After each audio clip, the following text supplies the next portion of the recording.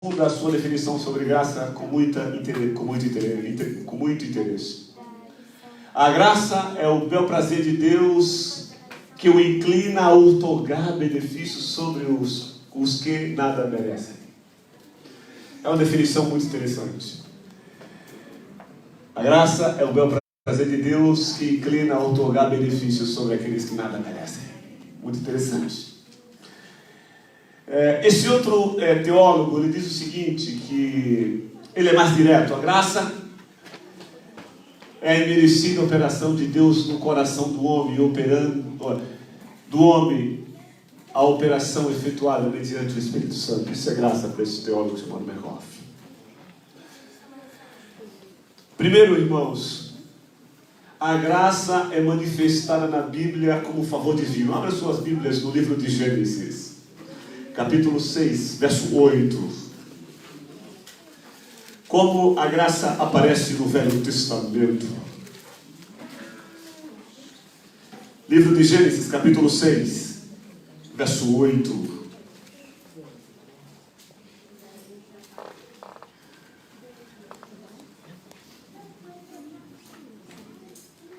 Nós lemos: Porém Noé achou graça diante do Senhor. Eis a história de Noé. Noé era um homem justo e íntegro entre os seus contemporâneos. Noé andava com Deus. O texto de Gênesis, no capítulo 6, verso 7, diz que Noé achou graça. A palavra graça, ela tem várias traduções, e eu procurei na Bíblia Sagrada, principalmente no Velho Testamento, quantas vezes a palavra graça ela aparece, e de quantas maneiras a palavra graça ela aparece. Eu vou procurar, é pequeno obviamente, a graça no Velho Testamento. A graça no Velho Testamento é traduzida como bondade, fidelidade e lealdade. A graça no Velho Testamento é definida como ter misericórdia. A graça no Velho Testamento é definida como grandeza. A graça no Velho Testamento é definida em vão, sem causa, sem compensação. E é muito interessante aqui que a graça no Velho Testamento ela aparece ali no livro de Jó. Lembra que Jó servia a Deus de graça? A palavra de graça em vão, sem causa. Jó não tinha motivo para servir. O único motivo que Jó tinha para servir a Deus era a sua fé, era o seu temor. A graça também aparece aqui como livre, isento, né? Alcançar a graça, favor em comum, misericórdia, compaixão, gracioso, misericordioso. Mas nós traduzimos a graça aqui no Velho Testamento como favor. Graça é o favor de Deus. É aquilo que Deus oferece. É aquilo que Deus tem, sem que o ser humano mereça. Graça é o favor de Deus. E quando Deus usa a sua graça, Ele apela para o encanto. Deus apela para o ato. E apela para a decoração. Mas também pesquisei a palavra graça no Novo Testamento. A palavra graça no Novo Testamento aparece 150 vezes. 100 vezes só nos escritos de Paulo. E é muito interessante como Paulo usa a graça. No Novo Testamento a graça é caris. Também a mesma tradução, o mesmo sentido do Velho Testamento. Graça, favor. Gratuitamente. Perdoar, favorecer. Dom, carisma, sem custo.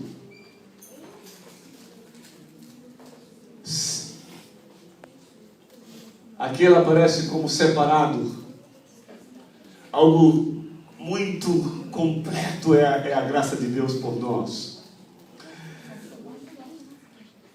A graça é a iniciativa soberana de Deus a favor dos pecadores. Graça é de graça, irmãos, tanto no Velho Testamento como no Novo Testamento. E é muito interessante quando nós encontramos graça nesse texto. Eu coloquei aqui Efésios capítulo 1, versos 5 a 8. Por favor, compartilhe comigo. Esse é um texto clássico sobre a graça no Novo Testamento. Define claramente o que é graça.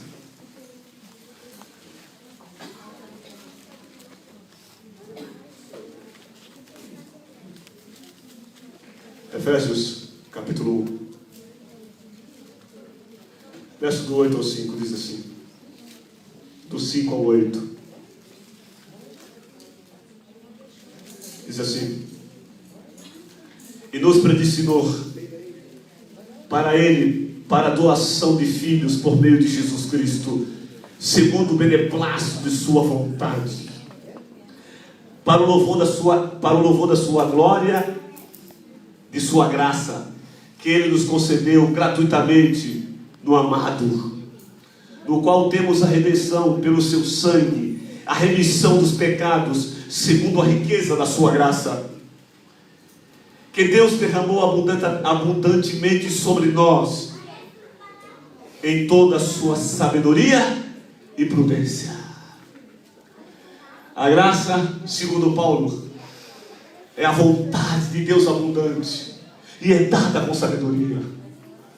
Ela é a iniciativa de Deus. Ela é o favor de Deus em prol dos pecadores. Paulo também diz no livro de Tito que a graça não é uma qualidade latente ou abstrata, mas um princípio dinâmico e ativo e operante. A graça é um combustível, irmãos, que não pode deixar de existir.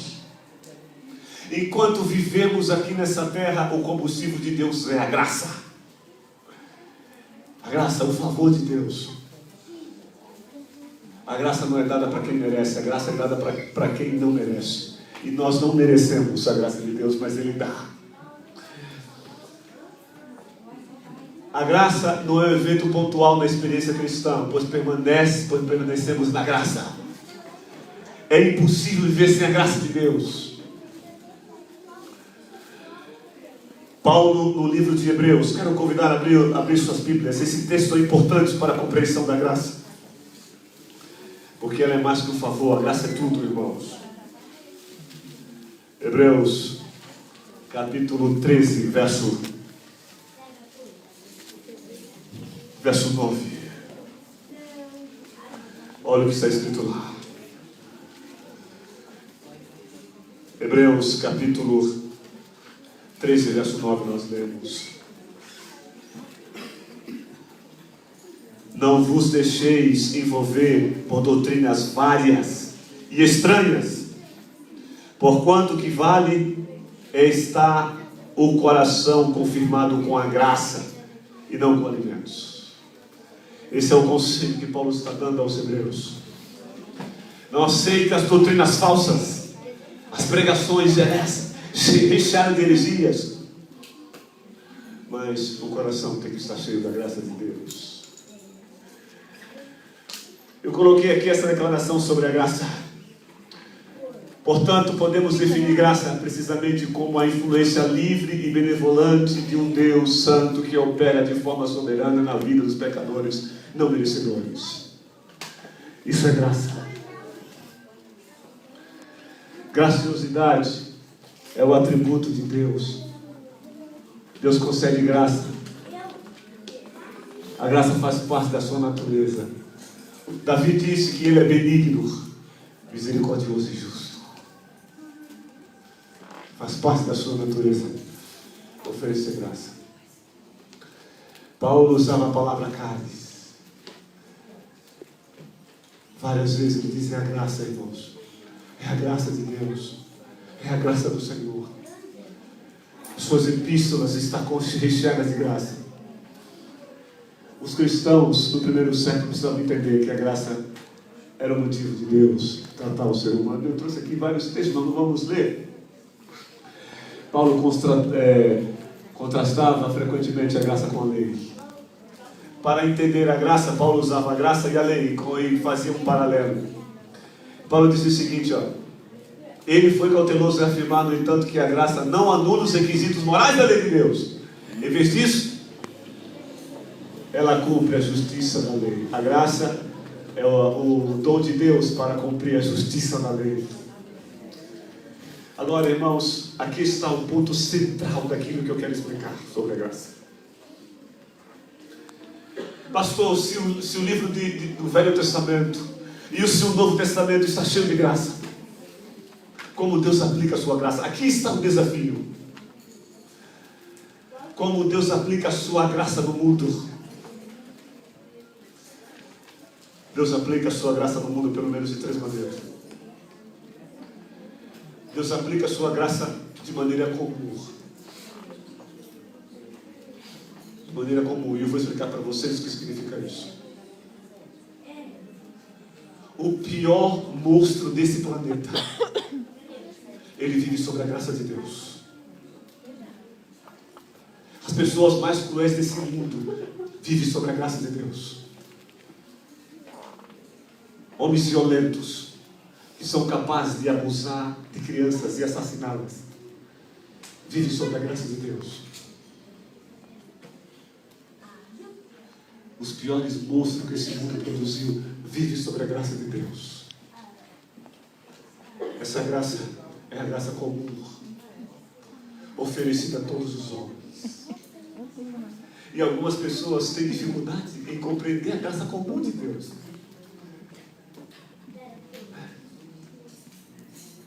Como Deus é capaz de aceitar um monstro, um assassino, um bandido, uma pessoa que não tem amor no coração? Sabe como Deus aceita? Deus aplica a graça comum. A graça comum é oferecida a todos. É oferecida a todos. É oferecida a todos os seres humanos.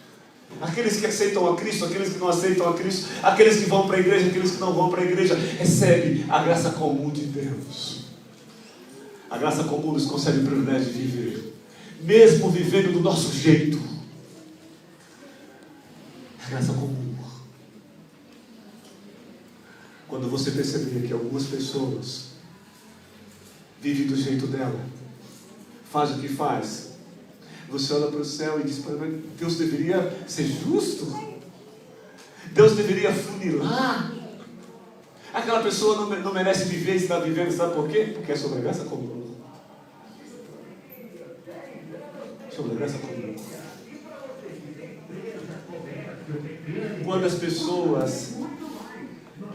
pessoas eram exterminadas no Velho Testamento,